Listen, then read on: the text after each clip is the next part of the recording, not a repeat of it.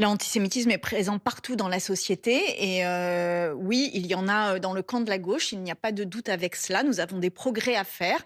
Salut à tous. Alors, une fois de plus, je me suis fait avoir un petit peu par un titre. Un titre sur X concernant une vidéo de BFM TV.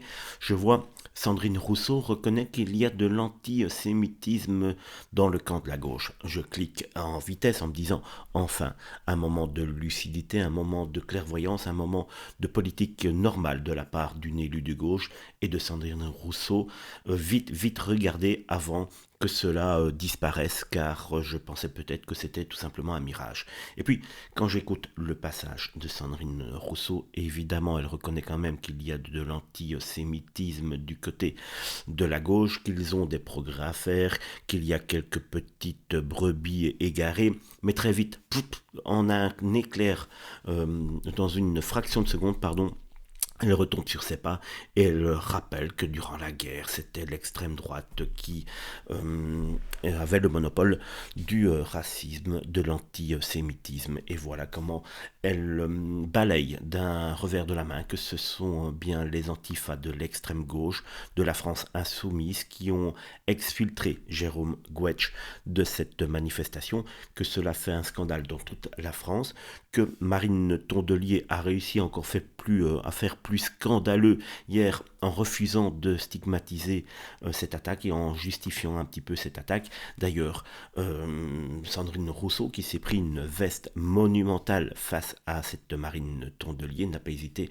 à la tacler également dans cette vidéo en disant que les personnes qui ne voyaient pas où était le problème devaient assumer leur acte, plus ou moins. Je ne me rappelle pas véritablement le terme, mais c'est plus ou moins cela.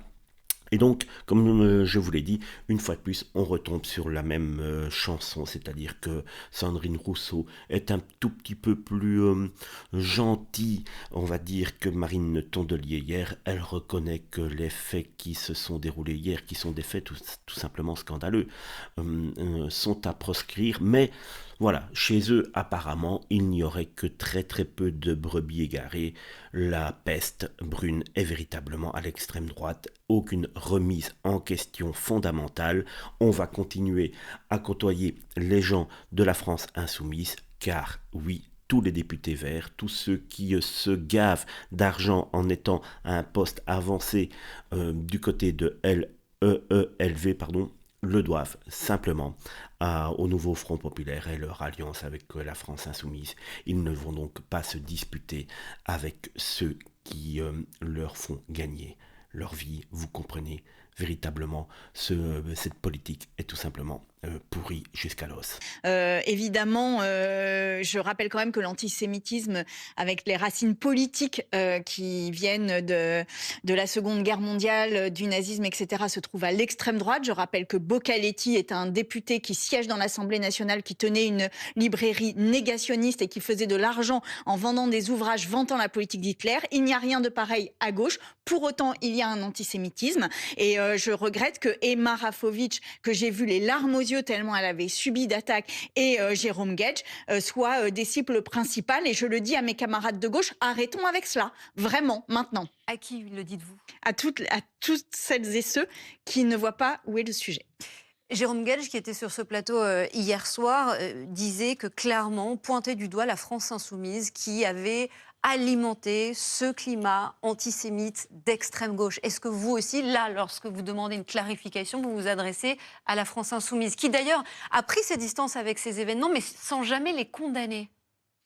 Non, mais moi, je ne pointerai pas de responsabilité particulière. Je dis juste que je suis consciente du fait que nous avons un problème et une formation et des progrès à faire sur le sujet. Vraiment. Je pense que entendre à une manif du 1er mai sioniste, ça n'est pas possible. Ça n'est pas possible. Et donc, je voudrais que ça fasse partie des débats que nous ayons à gauche pour progresser collectivement.